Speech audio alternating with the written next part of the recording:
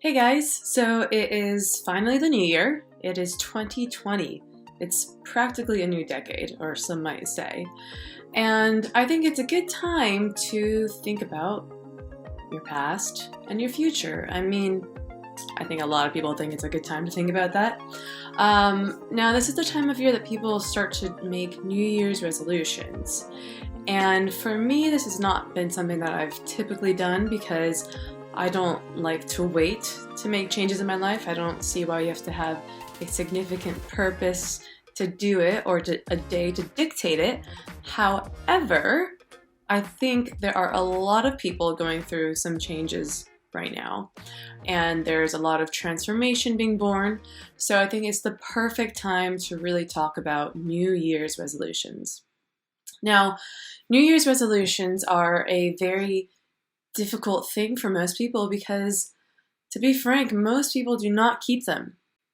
I was actually reading a research article from 1988, but it interviewed 200 people over a span of 2 years who were following New Year's resolutions, and only 77% of them made it through the first week, which means that 23% of people failed. And that also, the same study stated that by the end of the first month, only 55% of people were successful in keeping their resolutions. So this is what I'm wondering. How many of you actually made New Year's resolutions? Okay, now how many of you have actually stuck with it? So I want to help you guys keep yours. I want to help me keep mine. So I have come up with 4 tips to help you stick to your New Year's resolution. Tip number 1. Identify an area in your life that you want to change. Now, this can be a theme, basically. You don't have to identify specifically what goal that you want, but identify a part of your life that you want to change. So maybe it's your health, or maybe it's your productivity, or maybe it's the amount of time that you spend with your kids. Just identify an area that you want to improve upon. Then make it meaningful. We are more likely to make changes in our life when we're emotionally attached to our goal or outcome. So go deep with this. Don't just say, oh yeah, I want to lose 10 pounds. Okay, why do you want to lose 10 pounds? Go a little bit deeper than that. What will losing 10 pounds do for you? How will it make you feel? And how will it impact your life? Really get down to the nitty-gritty so you can reach that emotionally charged goal. Because that emotionally charged goal is going to keep you moving forward as you progress over time. This is the goal that's linked to your intrinsic motivation, the strongest motivation that you have to make change in your life. It's what you internally want. It's not for some outside influence, like losing 10 pounds to look good on your holiday. It's how is it going to make you feel? What is that feeling that you want to achieve? This needs to be the focus of your resolution. The second thing I want you to do in terms of identifying your goal is to affirm it each day. First thing you do when you get up, say to yourself who you are as this new person. So you can be, I am a fit individual. See, it's not I want to lose 10 pounds, it's I want to be more fit.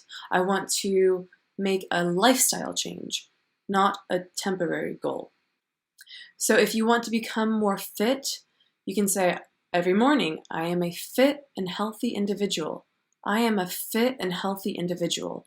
Repeat this to yourselves 5 times each day, because doing so will help reprogram your subconscious mind. Repetition is the key to getting to your subconscious mind.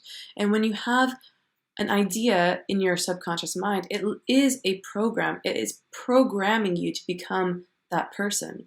Once your subconscious mind has a goal or idea, it works on your behalf to become that. So you don't even have to try.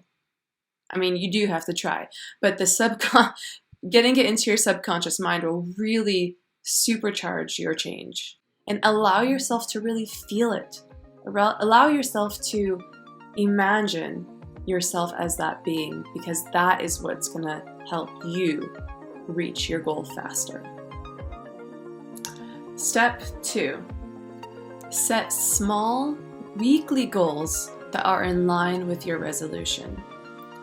The reason why most New Year's resolutions fail is because people get frustrated when they don't see results from their behavior change.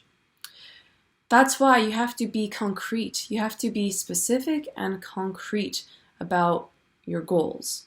So set little tasks for yourself each week so you can see yourself, checking them off the list. You can see yourself accomplishing them. You want to break your goal down into easy, manageable steps.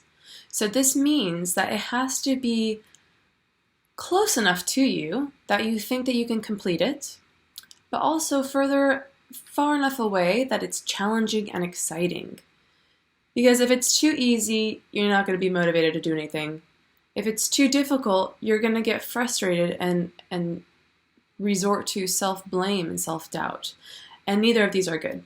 You have to find the right steps that you can take that you know are action achievable and also exciting. Your first weekly task can be purchasing tools for your new goal. For instance, if you want to work out more, you can make your first task be, I'm going to purchase a new workout outfit. Or if you want to become more organized, you can make your first task being purchasing an organizer or a planner. And then the following week, you're going to make a rule for yourself that every Sunday you are going to write down your plans for the next week. So you add on to it each week. You add on to your previous weekly goal. Okay, step 3. Now this is a very important goal, and it's one that people actually don't do very often, and it's really interesting. You see these really, really high achievers who are accomplishing a lot, yet they don't do this one thing, which is why a lot of them actually end up in burnout. And so this third step is to reward yourself. So at the end of each week, so you set out these little tasks for yourself each week, and at the end of each week, if you complete it, you need to reward yourself. Give yourself a little reward for your positive actions towards your goal. Because when you have something positive to look forward to, it keeps you motivated to doing it. Also, when you know that you're going to be receiving a reward, it takes out the reliance on willpower alone. Now, willpower is really good to have, and it takes a lot of strength to accomplish these goals, but if you know that you're going to have a reward at the end of it, your willpower will be supported by the reward as well, which will make you achieving your goal even stronger, even more successful. And it will also build habit loops that encourage consistency. So a habit loop requires a cue, a habit, and a reward. So let's think about this. A cue, say that you want to become more organized. A cue would be sitting down at your desk. Because when you sit down at your desk, you know it's time to work. What's the habit? You sit down at your desk. The cue is to sit down at your desk. The habit is to get your planner out and write down your tasks for the day, for the week, so that you know how your week is organized. The reward can be, if you accomplish each and every task that you set out for yourself in the morning, then you can allow yourself to watch 1 hour of TV. So see, when you have a cue, you are stepping into the habit. You are stepping into the being of what you need to do. Then you perform the habit, which may not be the most enjoyable experience, but when you know that you have a reward at the end of it, then you can actually enjoy it more, and it keeps you motivated to keep doing it each day. It's important to note that you do not want your rewards to stray you from your goal. So, for instance, if you want to eat healthier and you have made a good effort of eating healthier for the whole week, you don't necessarily want to reward yourself with an ice cream sundae. If you are trying to cut back on your spending habits and you have saved money each day this week, you don't really want to reward yourself on purchasing a new item, on going shopping. So you have to keep this in mind. Now, some other examples of rewards that you can do are entertainment rewards. You can treat yourself to a movie, or self-care. You can go get a massage, or you can reward yourself with food if that's not related to your goal. So there are different things that you can do each week to reward yourself. It's really easy to figure it out. You just have to really get creative and think about it and find what inspires you. Okay, so the last step that I want you to do is to take inventory. At the end of each month, reflect back on your weekly tasks. What were you able to achieve? Where did you maybe fall short? And don't be too hard on yourself, because slip-ups are inevitable. I think everybody slips up at least once in their progress to reach their goal. And it's okay if you look at it constructively, because a slip-up can show you where you need extra help. A slip-up can help you identify triggers that put you in a more compromising position to reach your goal. For instance, say you're trying to be more healthy or eat more healthfully, and you know you have a birthday party to go to, and you know there's going to be cake. Well, after you sing happy birthday, remove yourself from the situation. Take yourself out of the room so you don't have to be surrounded by that cake. Wait it out, because you know that cake is a stimuli. It's a stimulus. So when you see the cake, you're going to want a cake. Your body naturally does that.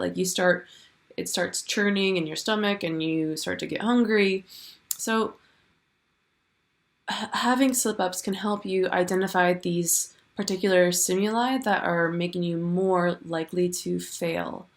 So it could actually be a good thing. And in fact, in that study that I mentioned earlier, 71% of the respondents actually did have a slip-up, and they said that it was actually beneficial to their progress because they were able to get back onto their goal and maintain it better. So don't be too hard on yourself, and also take pride in your accomplishments. This is so easily overlooked, and it's so important. A lot of people who are really high achievers, the ones who get burnt out, they don't do this. They don't take pride in what they've accomplished and in their work. And this is very, very important, because taking pride in what you have done helps to build your intrinsic motivation. It also helps to boost your self-confidence, because self-confidence is keeping the promises that you make to yourself. So every time you set out a weekly goal and you accomplish it, you are building more trust and faith into yourself, and you are building more intrinsic motivation for you to maintain your goals and to accomplish it for years on end. So please take stock and take pride in yourself and reward yourself for all the good work that you do, even if you do slip up. Acknowledging that you have slipped up and becoming more aware of it is going to help you down the line.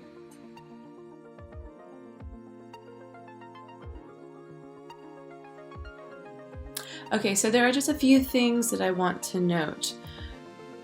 The most common reasons for New Year's resolutions to fail are for three common reasons. So the first one is a lack of willpower. The second one is incompatible lifestyles. And the third one is lack of fudge. Lack of fudge.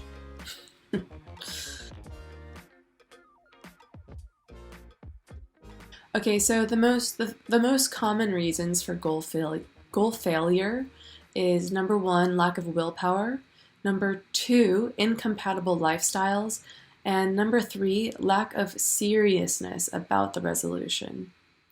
So if you maintain these 4 steps that I've just listed out to you, it will help combat all of these 3 main reasons why your goal is likely to fail. You have to make it a meaningful goal. You have to be serious about it and take actionable steps. And you have to surround yourself in environments that are conducive to your goal. So if you want to stop drinking, for instance, don't go out with your friends when they invite you out to drink. Like, you have to put yourself in the right environment for you to avoid these stimuli that are going to be more likely for you to fail. Also, surround yourself with the right people. Surround yourself with people who are supportive of your goal. Now, this doesn't necessarily make that much a difference in the first 6 months of you trying to achieve your goal, but it does make all of the difference for 6 months and beyond. The study said that having positive people and influences around you actually helped you maintain your goal long term. So make sure you have the right influences, the right people, the right supportive network, because if you want to make a lasting change in your life, you have to change your life. So guys, I hope that this has been informative for you. I hope that you can take these 4 steps and use it positively in your life, and I hope that you can reach your goals. Please let me know. Either comment below or send me a message if this has been helpful for you and what your goals are. What are your goals? I want to know. And the last thing that I want to say, guys, is to measure progress, not perfection. I know it's hard because we all want to be perfect, but perfect doesn't exist. Not in humans, not in things outside of humans, inanimate objects. Nothing is perfect. So if you are trying to measure yourself to perfection, you're always going to fail. And you don't want to feel like a failure. You want to feel like you're being constructive. So measure progress, because progress shows that changes have been made. Progress shows that you are moving toward your goal, and that's what really matters. And as I always say, your past is your past. There's nothing you can do about it. There's nothing you can change. What you do have control over, though, is your future. And the way that you harness and mold your future is by being present in the now. So remember, keep your eyes up, keep your eyes forward. You've got this. See you next week.